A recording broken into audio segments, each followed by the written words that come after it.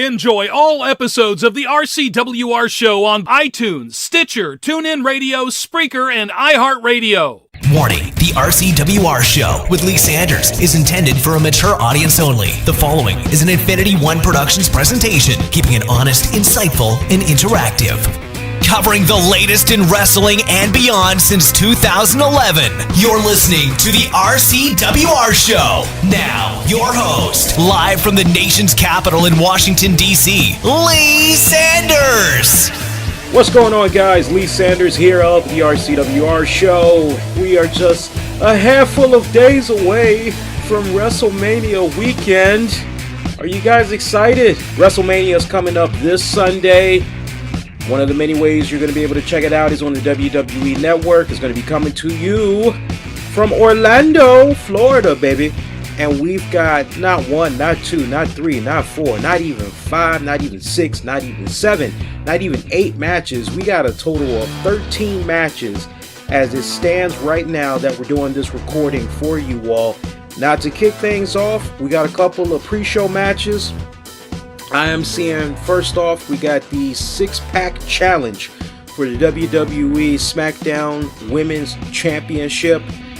Originally, this match was really coming off as though it was going to be Alexa Bliss in some type of a potential gauntlet match, as she was going to be defending her SmackDown Women's title against every single available woman on the roster. Any woman that honestly wanted to go in and face Alexa Bliss for the title. That's how it kind of came off initially, as the term that was used early on was open invitation, right?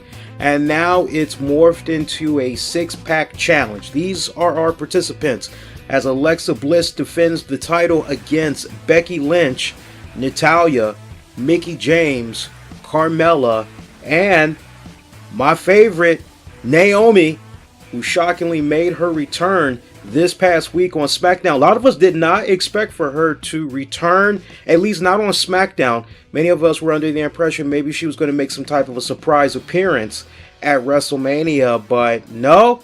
Instead, we got her popping up on SmackDown. Let it be known that she's going into WrestleMania. She's looking to win that SmackDown Women's title in front of her hometown.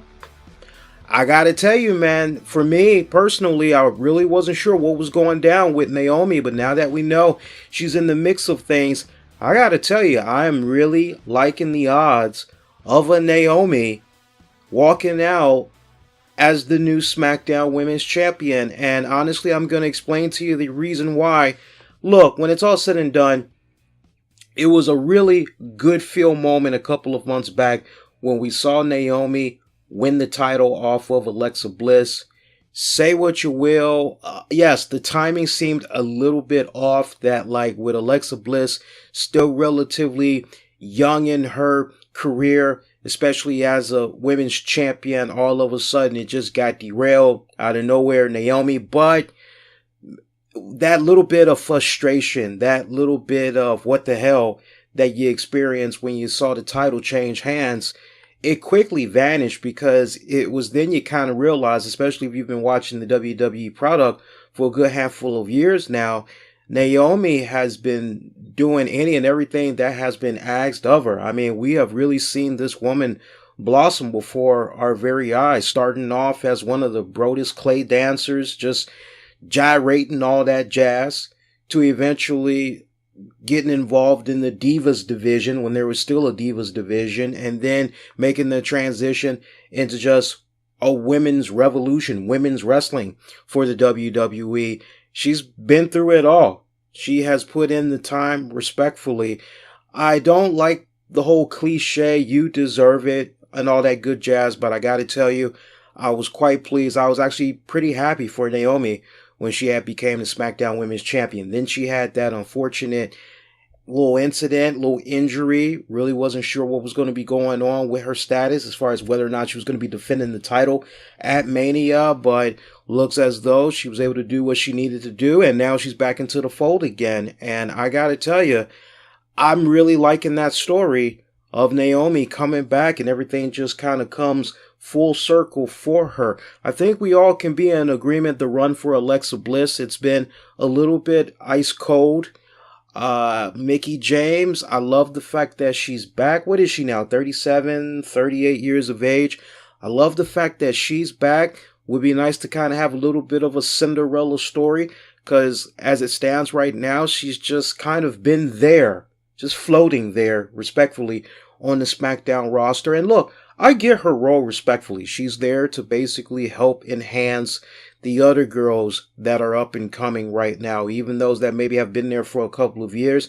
She's there to really respectfully help increase their stock. Totally fine with that. I got really no problem with that, but probably because I'm such a big Mickie James fan, there's that selfish part of me that would really like to see her get another nod. And how awesome would that be for her to get the women's title, and then she can basically tie Trish Stratus? Because if I'm not mistaken, she would tie then Trish Stratus for the number of women championships that's been won by a woman in the WWE over the years. So there's also that part of me that, like, honestly, when I look at this card, Mickie James, before Naomi was announced, Mickie James was the one I was gunning for. But now that Naomi's going into the mix, a little too close to call. But honestly, as it stands right now, I don't think my opinion's going to waver.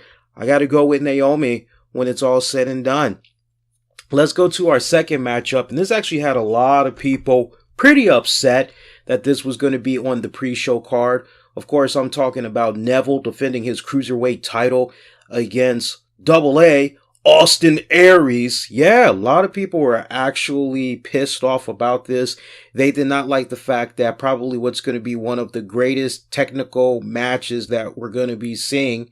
Yeah, there's going to be some cruiserweight action in there as well, but for sure from a technical aspect, that match is definitely going to be delivering on all cylinders.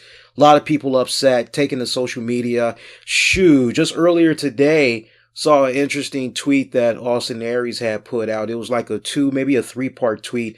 And he basically said, hey man, look, what better position to be in? I'm paraphrasing, of course, what he said.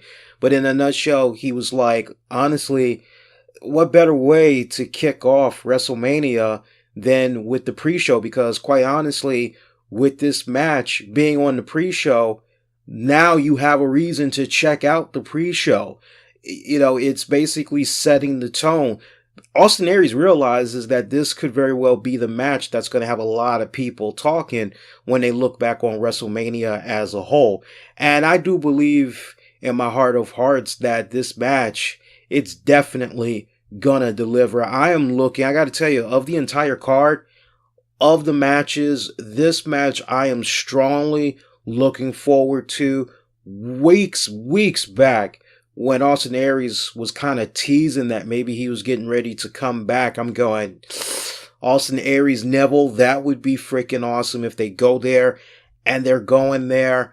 I can't wait. This is going to be my most favorite anticipated match to check out of the WrestleMania card.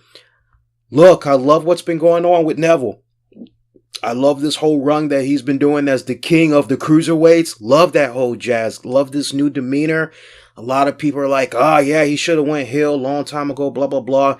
But I'm always quick to tell people, if you did not see his run in NXT, you missed a lot, because we actually got a chance to see him as a heel down in NXT, and he actually did a pretty damn good job. So honestly, what we're seeing of him on the main roster with 205 and all that right now is honestly just an enhanced version of what many of us had saw of him when he was doing his thing in NXT.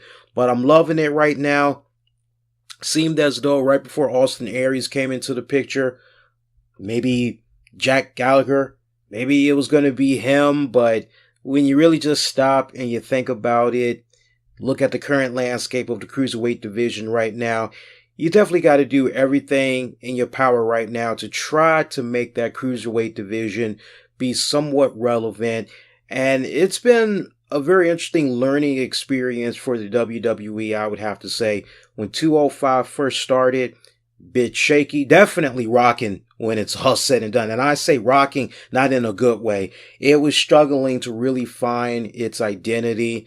Way too much talking that was going on, not enough action, and then the storytelling that was happening in the ring wasn't quite living up to what many folks had saw of the Cruiserweight tournament. So it's really been growing pains for the WWE, but now they're kind of getting back to that point where they're kind of somewhat listening to the fans to a certain extent, but they're tweaking it as they go along. And the fact that Austin Aries is involved in the Cruiserweight division, this is really perfect for the Cruiserweight division overall. So for me, this is going to be an instant classic matchup. As far as what's going to be coming about with these two guys, this is pretty much going to be the first time these two are locking it up for that Cruiserweight title. I would just love to see Neville, for all the respected time, the energy that he has put in, this great wave that he's been having going on right now. I would love to see him retain the Cruiserweight title. Sadly, Austin Aries, he's done some nice build-up for himself, I gotta say. And the fact that we've seen little video package, he's gotten a little bit of a rub from New Day, as we had saw from this past Monday's WWE Raw. There's just a lot of signs kind of pointing in the direction that A-Double is possibly going to be walking out as the Cruiserweight champion. If I'm booking this WrestleMania night, really nice good feel moment. Not to mention, it's Florida. A lot of fans definitely familiar with the work of Austin Aries from his tenure in TNA, definitely from his tenure in NXT. I think it's going to be a nice, good feel moment. Austin Aries walking out of there as the new Cruiserweight champion. Yeah, you got to capitalize on that momentum Austin Aries has been building the past couple of weeks. Not to mention Neville, he has been kind of getting a little bit stagnant, I think is the word I want to use. So I think it's time you can go on ahead, switch it up a little bit, switch titles. I got Austin Aries as your new Cruiserweight champion. Third matchup that we have the 2017 Andre the Giant Memorial Battle Royal match. All 30 participants were named for this respected match. I'm going to try to see if I can pull up the names for you guys right now, because we actually went over the names on Tuesday night's RCWR show.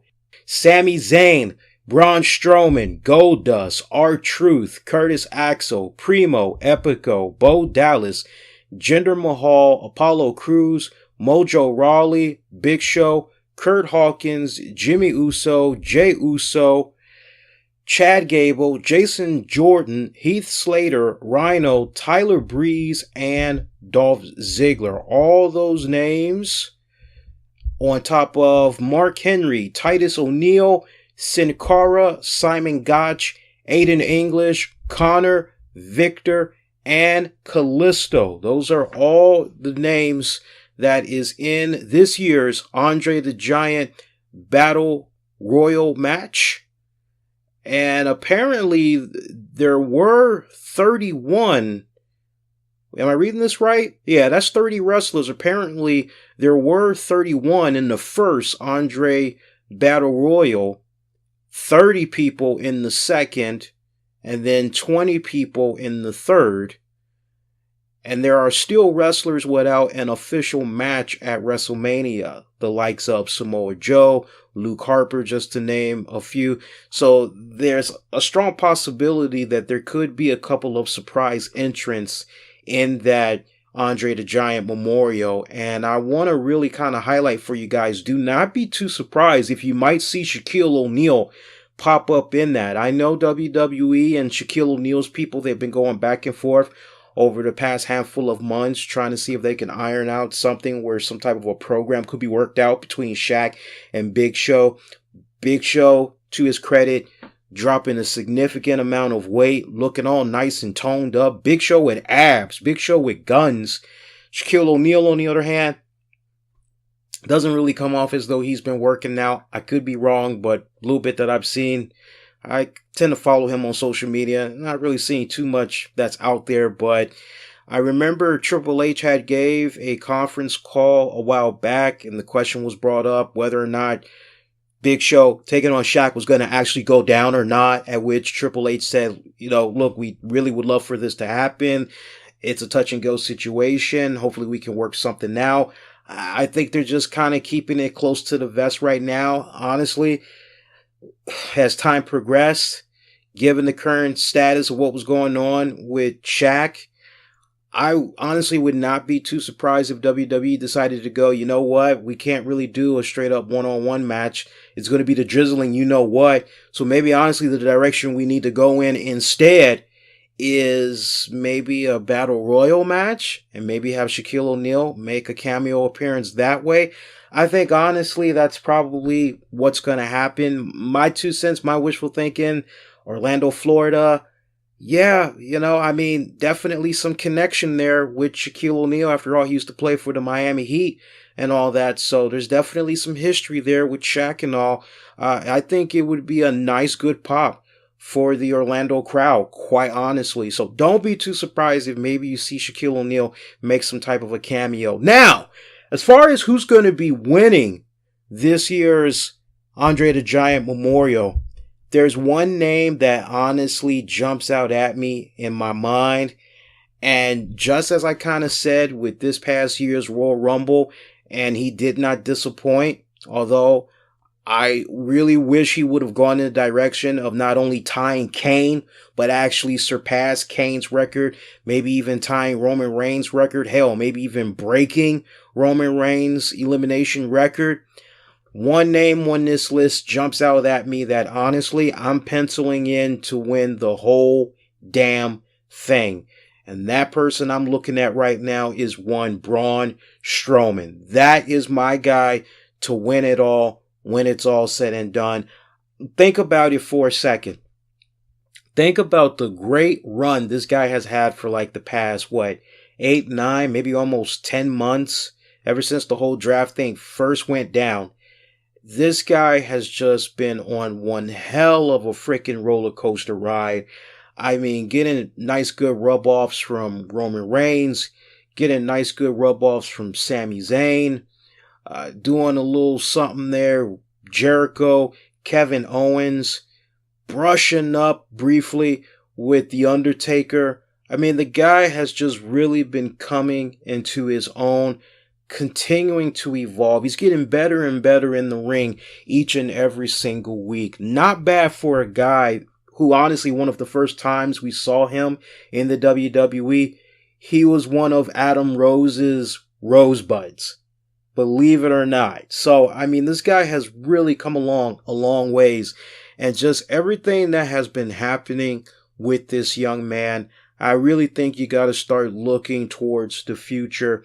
You got to start really building this guy up. And to WWE's credit, they've done a superb job in building up Braun Strowman.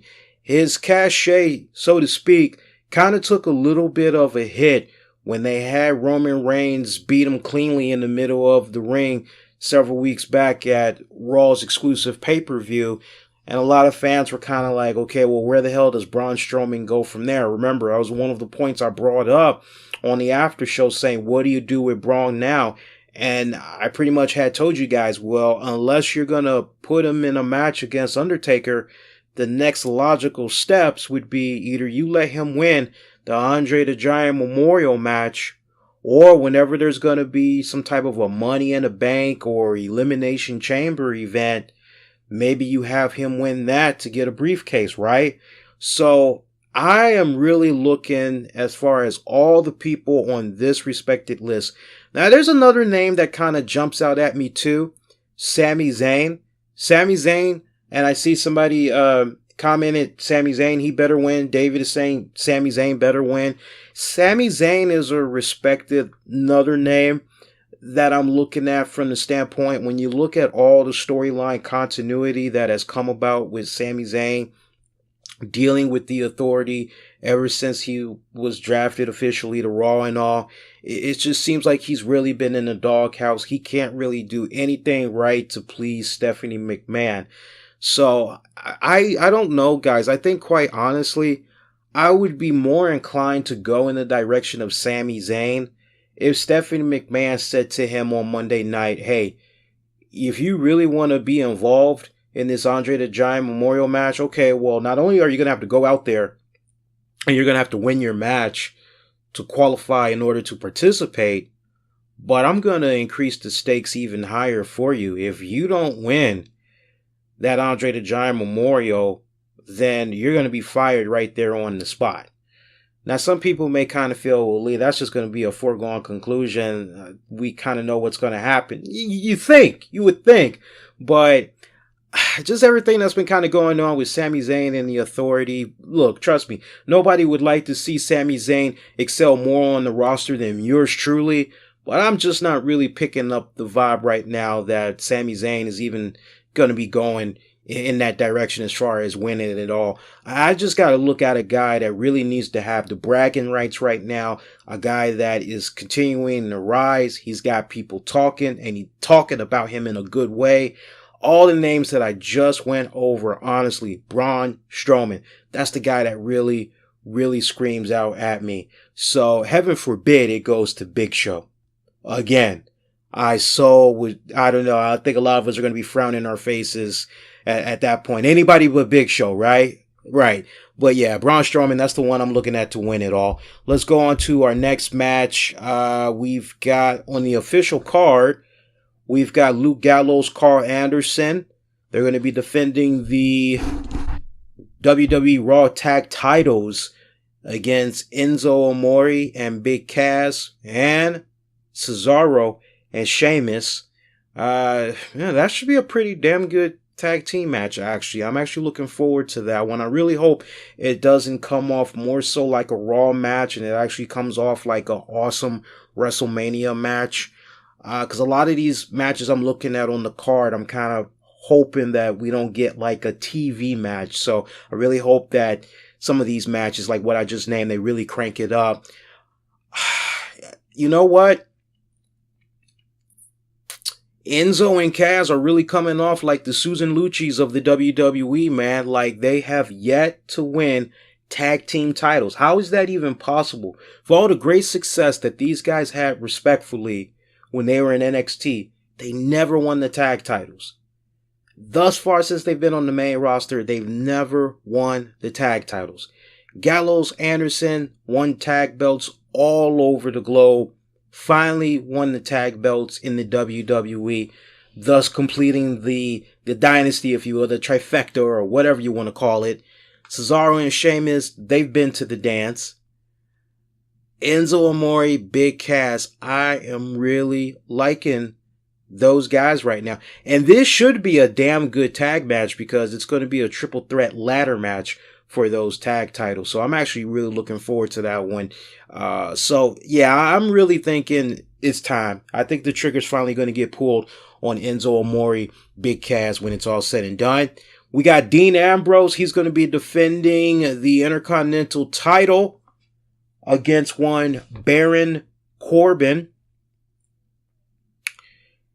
Could I tell you what I would like to see happen? I honestly would like Dean Ambrose to retain. I still believe in Dean Ambrose. I still believe that there is significant stock in a Dean Ambrose, more so than Baron Corbin, quite honestly. I still believe that there is more marketability with a Dean Ambrose as opposed to a Baron Corbin. Nothing personal against Corbin. He's got an interesting look. I will say that.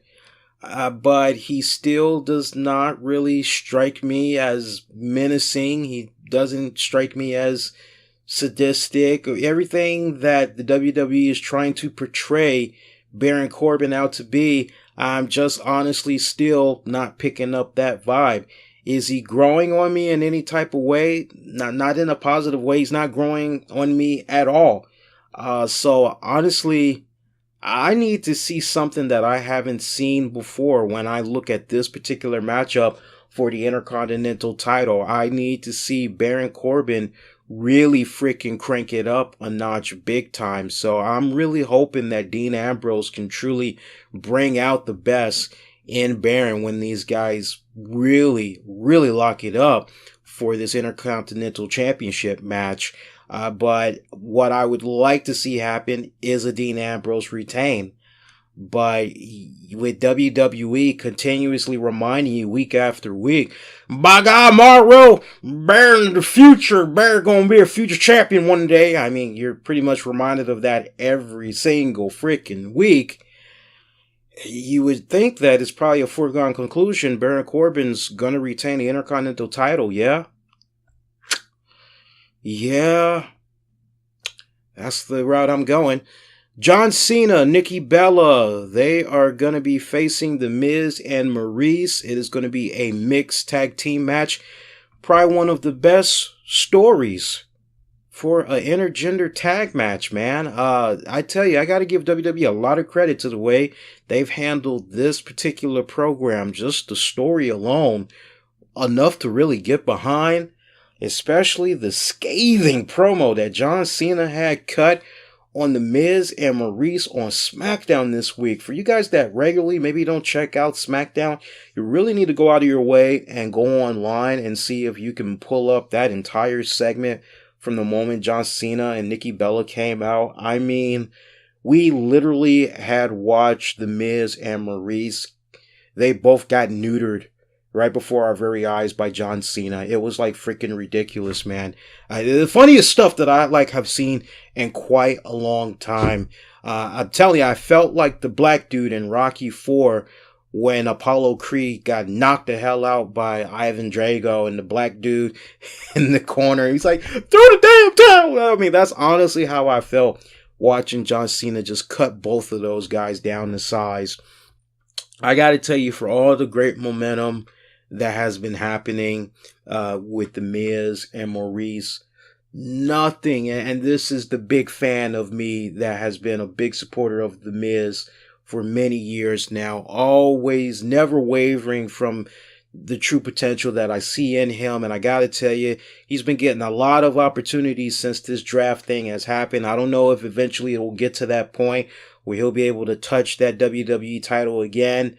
Fingers crossed that maybe somewhere down the line it will happen. But I gotta tell you, man, nothing would please me more than seeing a Miz Maurice victory over Cena and Nikki Bella. But I don't think it's going to happen. And you know what? I am quite honestly fine with that, because I think ultimately what's probably going to happen, yeah, I see John Cena and Nikki Bella going over. But I just have this strongest feeling that with all of this talk about John Cena and never proposing, blah, blah, blah, blah, blah, blah, all this other jazz that we got, I honestly believe that we as WWE fans are going to be in for a awesome treat. Not since when Macho Man proposed to Miss Elizabeth and they got married in the middle of the ring under the WWE. Have we experienced such an awesome, timeless moment in history? I think time is going to stand still at WrestleMania. I've got John Cena actually proposing to Nikki Bella. I would totally be shocked if it did not happen. But I swear to you guys, I very rare do I place bets. But if I were to place a bet, it just really kind of feels like a foregone conclusion. Cena's going to propose to Nikki Bella. And I think that's going to be a really good, awesome feel moment for a lot of fans. So I am actually rooting on a victory, believe it or not, for Cena and Nikki Bella, hoping after the match, that's something that's going to be going down. Next matchup, we got Chris Jericho taking on Kevin Owens. It's going to be a singles match for the WWE United States title. Kevin Owens, as far as he's concerned, was never friends with Chris Jericho. Was just using him to get what he wanted, which was basically to stay on top as the Universal Champion. He is still owed a respected rematch. Hasn't happened yet. So kind of keeping that in mind, where exactly do you go with this respected matchup? I mean, let's really stop and kind of think about this for a second. Do you have Chris Jericho drop the belt to Kevin Owens, who basically gets like the ultimate retribution? Do you maybe have him do that, and then afterwards Kevin Owens tries to maybe get his rematch for the Universal title? I honestly wouldn't have a problem with that. I know Jericho is gearing up pretty soon to do some stuff with Fozzy. They got a new album that's getting ready to drop and everything. I mean, Jericho's got his hands in a couple of different projects, as you guys know. So I'm very curious to see what's going to happen with this matchup here. I mean, I'm really kind of feeling as though Jericho's current run with the WWE is pretty much getting ready to wrap up. I'm not necessarily sure if it's going to be wrapping up with WrestleMania, or if maybe he's going to show up for one more Raw just to kind of have a rematch, invoke his rematch clause or whatever, storyline wise. But man, this is an interesting one, right, man? You know what?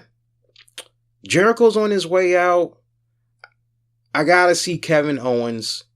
He needs this. I think Kevin Owens needs this win more so than Jericho.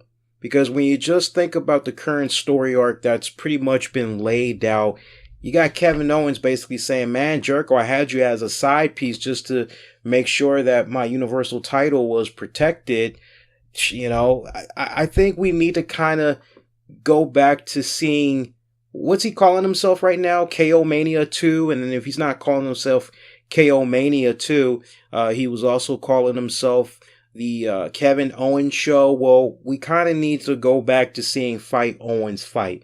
So I'm really looking at this match kind of wondering which Kevin Owens are we going to get. I personally would love to see the Fight Owens fight show up. I need to see the Owens that came in and beat the crap out of John Cena a couple of times. That's the Kevin Owens I need to see come back. And I have a feeling that is going to be like the Kevin Owens that we're going to get to come back.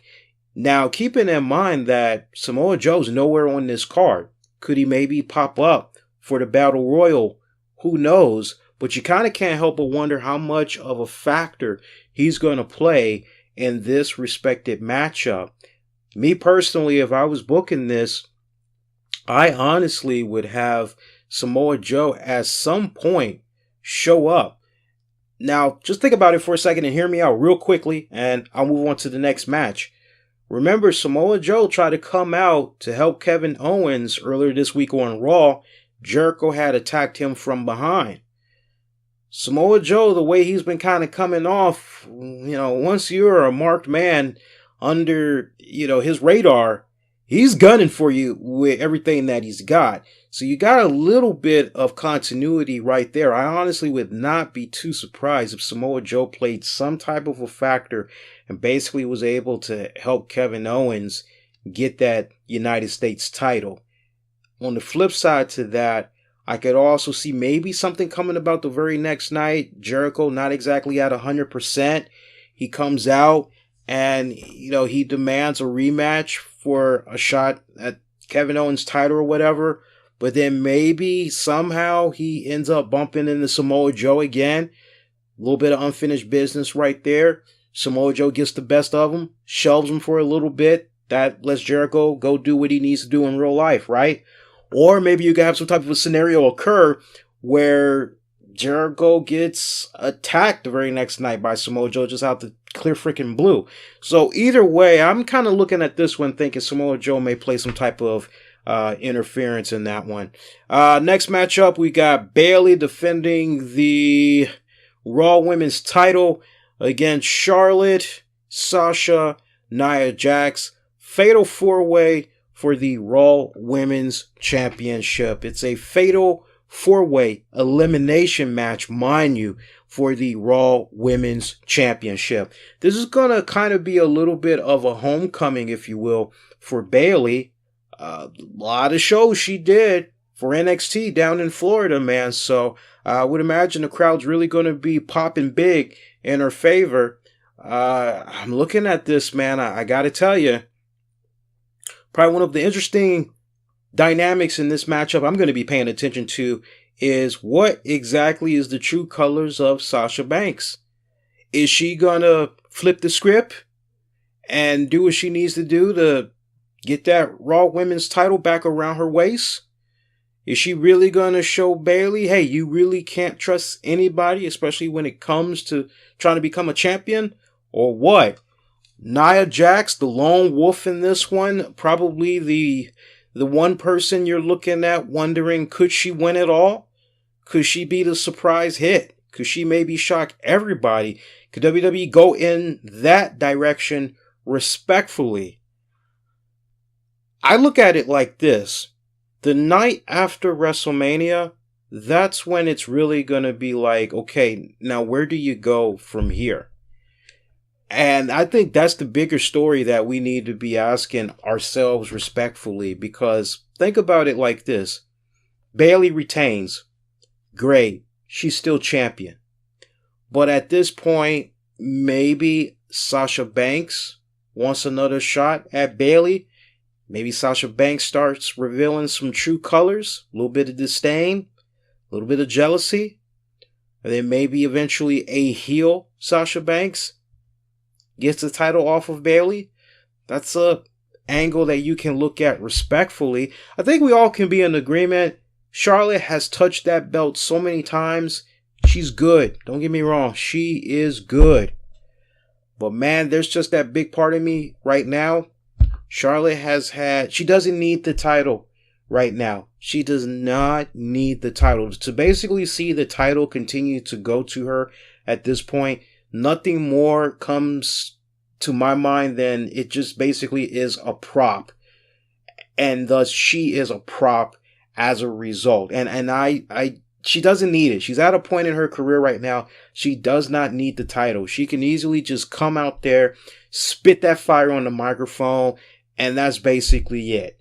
She does not respectfully need the title. So I'm not even seeing her become champion at WrestleMania. I'm not. Now, that takes care of Charlotte. I already told you about Sasha Banks. I already told you about Bayley. All of these girls that I just said respectfully, they got a little bit of something to do post WrestleMania. But you look at Nia Jax and it's like, okay, well, respectfully, where does Nia Jax go? If Nia Jax doesn't win the Raw Women's title right here, where exactly does Nia Jax go afterwards? Does she maybe continue trying to hunt down Bayley? Does she maybe hunt down Sasha Banks? I don't see Charlotte getting the title, so I don't see a Nia Jax Charlotte program. For those of you that like maybe would love for that, I don't see that happening. So I don't know, guys. This is a tricky one because there's one side of me that's saying Bayley will retain. There's another side of me that's saying Nia Jax is probably gonna get the job done, and that is gonna be like your whoa, what the hell?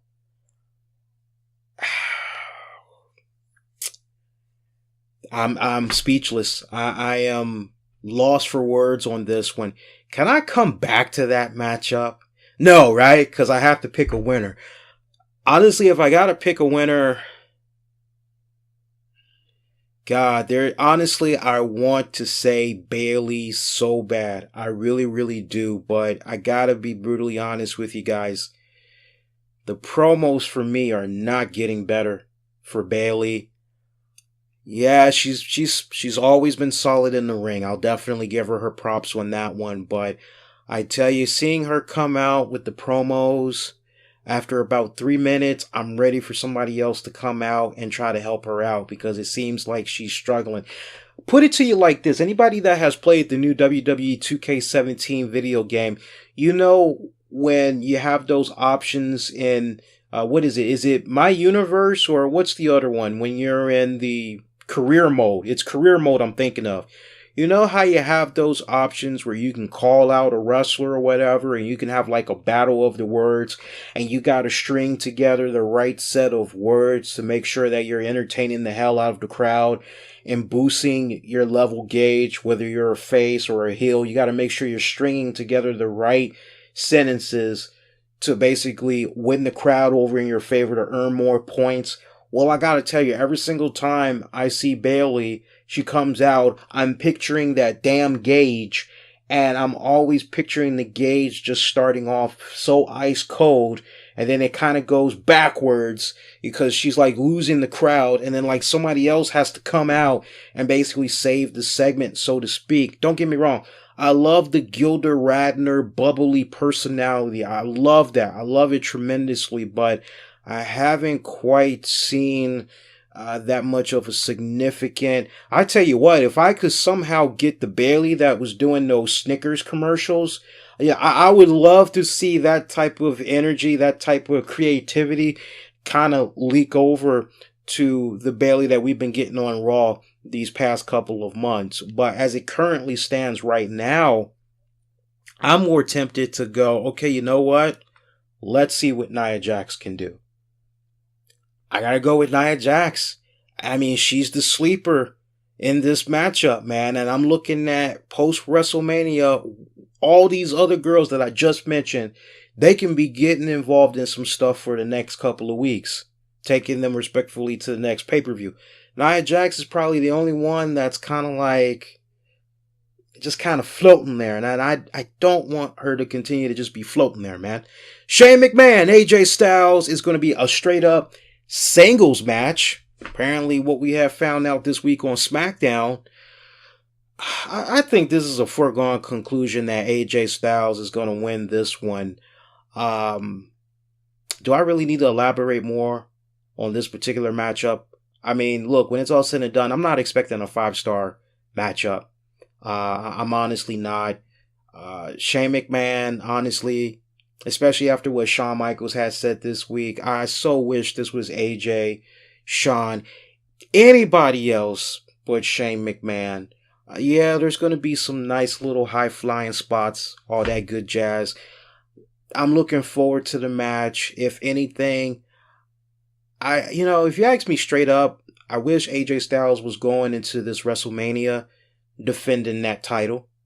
I really wish that would have been the case. Talk about putting a bookend to a phenomenal year that he's had since coming to the WWE last year. I agree with David.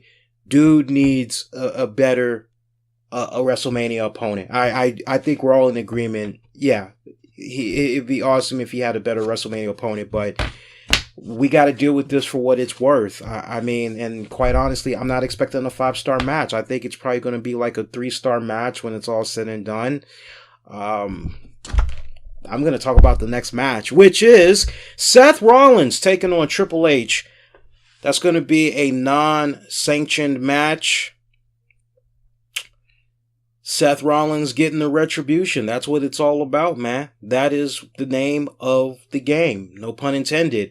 I think this is a no-brainer right here that Seth Rollins is going to go over. This is probably going to be one of the second matches I'm actually really going to be looking forward to seeing how it's going to be playing out.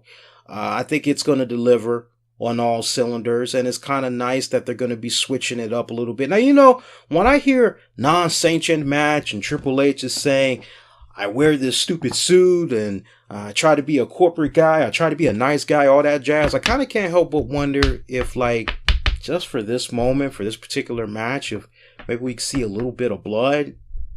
I'm just saying, it ain't a Triple H match unless there's a little bit of blood. So if we're going to go non-sanctioned and Triple H is saying I can do anything I want to you, and of course Seth Rollins can do anything he wants to Triple H, it's vice versa, right?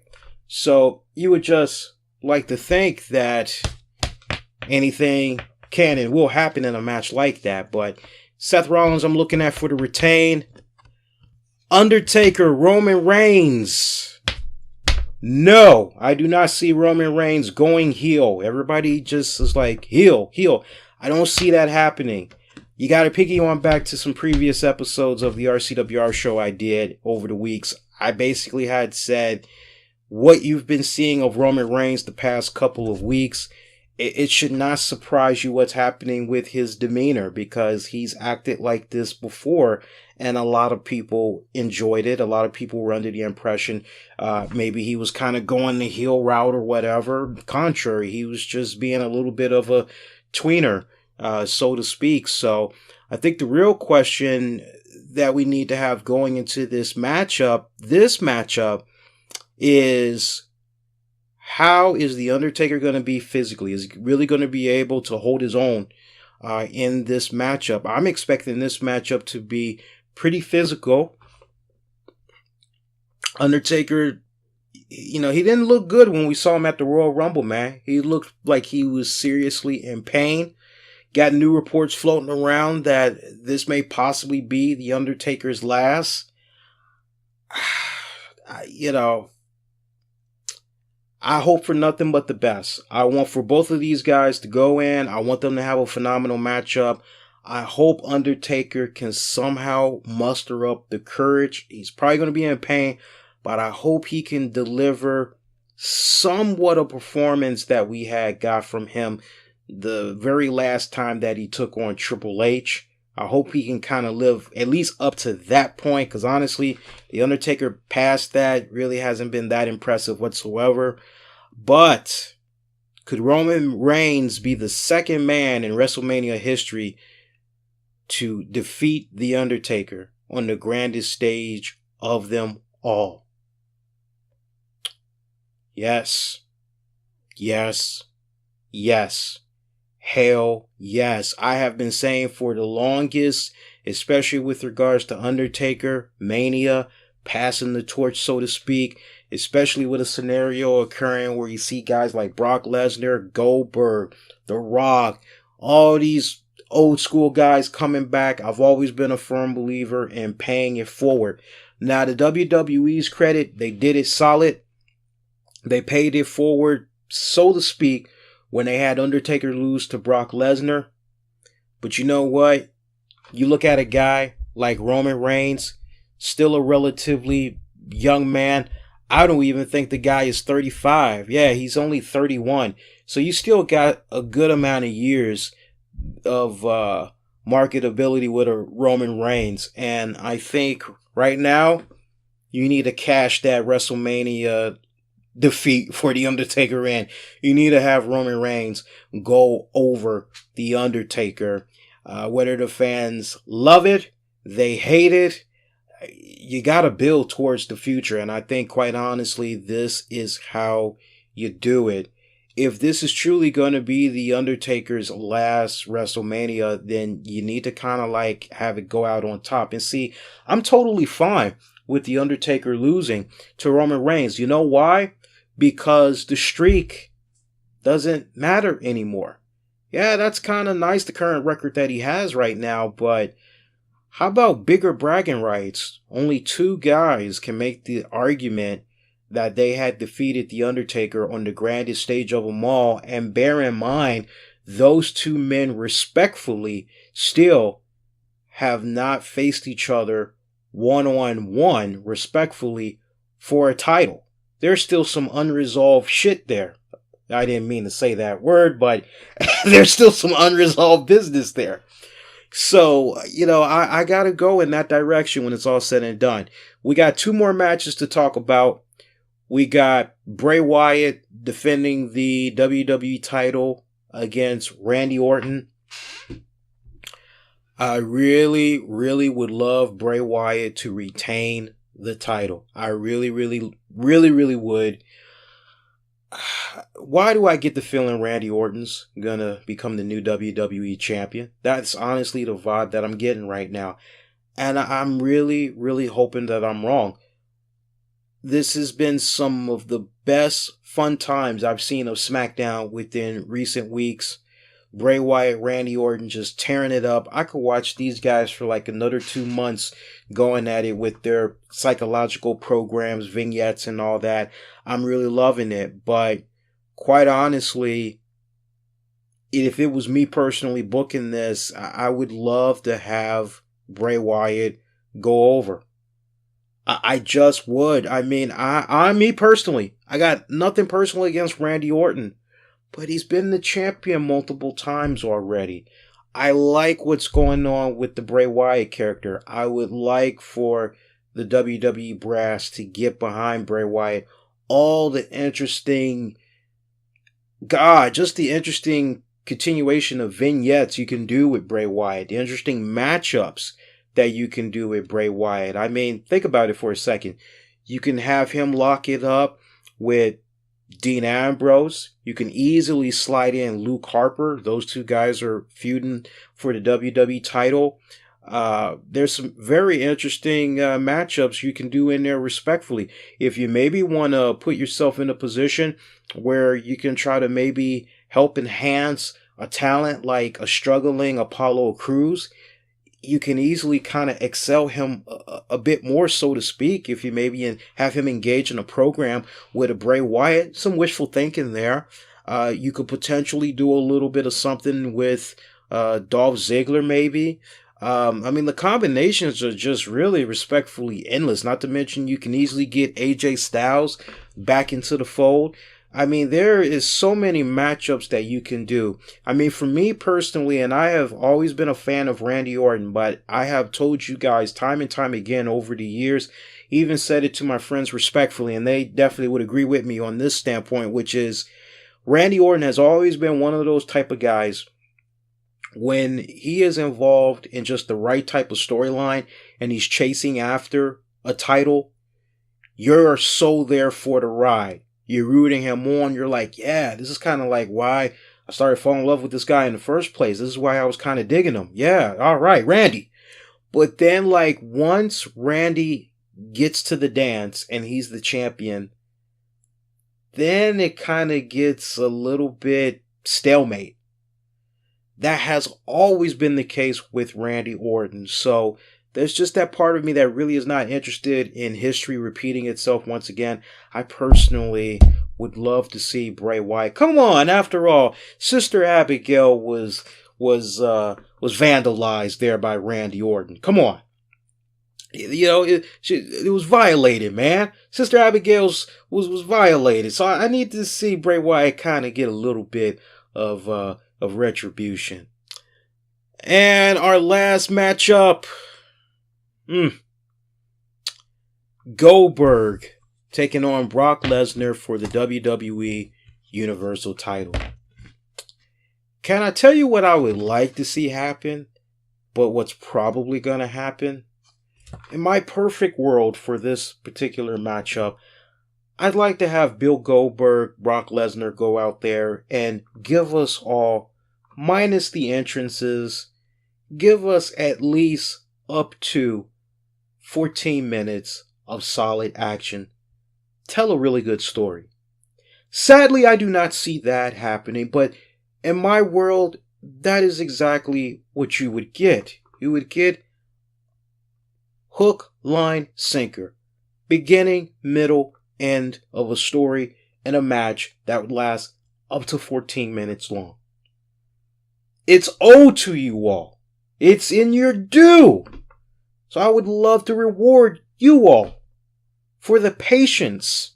Because Lord knows y'all need patience to have sat and gone through what you all have gone through, what we all have gone through as wrestling fans with these guys going at it these past couple of months. There are so many people that is like, Goldberg, get the title off of him already. I personally would love for there to be a shakeup at WrestleMania. I said this before, many weeks back. I'll say it again. I would love it if Goldberg would do a sweep on Brock Lesnar. Now, hear me out for a second. It's already a foregone conclusion from so many people that look at this match. Why the hell should I give a damn about this match?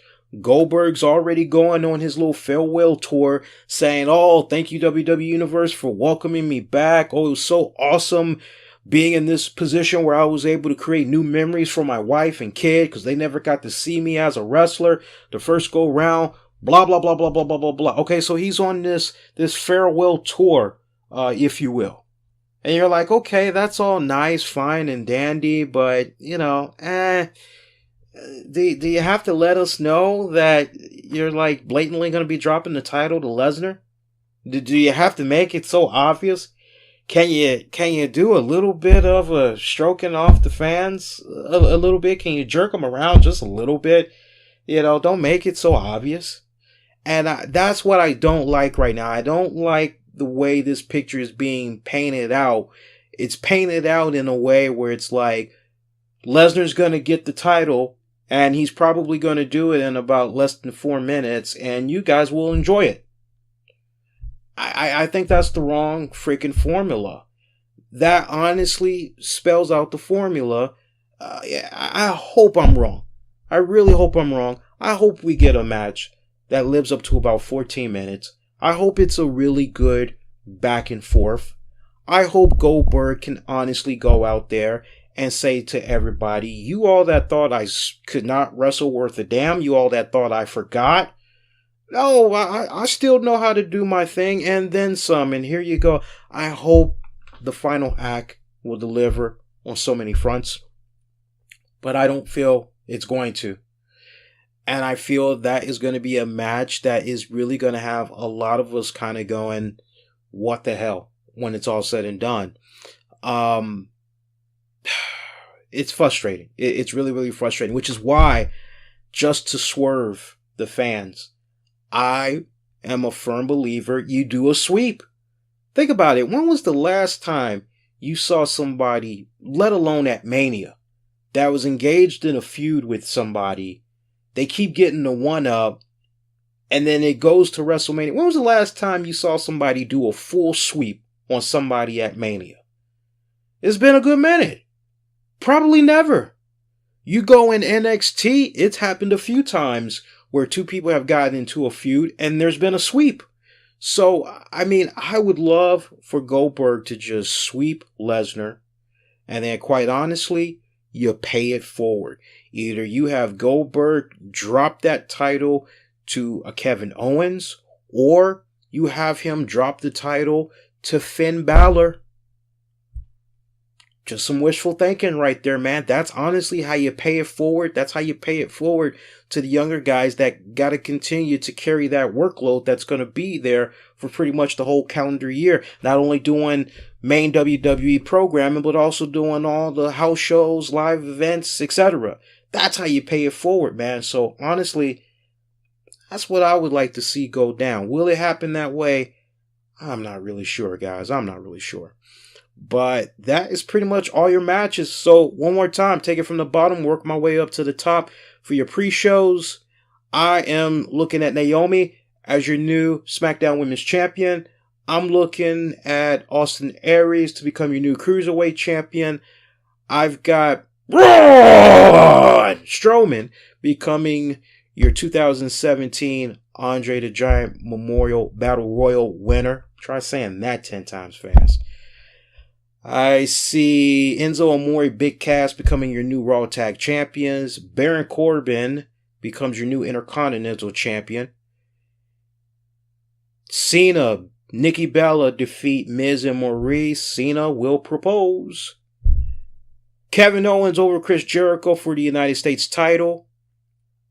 Nia Jax, shock of the night, becomes the new Raw Women's Champion. AJ Styles over Shane McMahon. Seth Rollins over Triple H. Roman Reigns over Undertaker. Bray Wyatt over Randy Orton. I would love for Goldberg to sweep Brock Lesnar. I so would love that. I really, really would love that. I really, really would love that. I think either way, both of those guys, whoever walks out of WrestleMania, they're still going to be paying it forward to either one of those guys that I had just mentioned before. But just to not make it be so damn predictable, I would like Goldberg to sweep Lesnar. I really would. Is that going to go down? No. If I were booking this, Goldberg, I want to make sure I'm on record. Goldberg does the sweep, because so many people are already going to be expecting Lesnar to win this. Even more the reason why you have Goldberg sweep Lesnar. So we'll see what happens, man. So Friday night, that's going to be a good night. I'll be live on YouTube covering the WWE Hall of Fame after show. You know, we're covering the ceremony, recap, highlights, low points, all that good jazz. Saturday on YouTube and on Spreaker, we're going to have the after show for TakeOver. Then Sunday, there's going to be a simulcast post show covering WrestleMania Fallout. And I got to remind you guys, if you have not taken part in the 2016 RCWR Awards. You got time. You got until Saturday, this Saturday, April 1st, 11:59 p.m. Eastern to cast your vote. Afterwards, come that WrestleMania post show, I'm going to reveal the bottom winners of the prize giveaway that we're going to be doing. You can catch the details on a video I uploaded to YouTube just the other day. Go to youtube.com/the RCWR Show and you can pull it up that way. Get the skinny, enter it. The top winners will be announced on next Tuesday's show. Hopefully it's going to be a solid WrestleMania. Y'all take care. Thanks for listening. An Infinity One Productions presentation, keeping it honest, insightful, and interactive.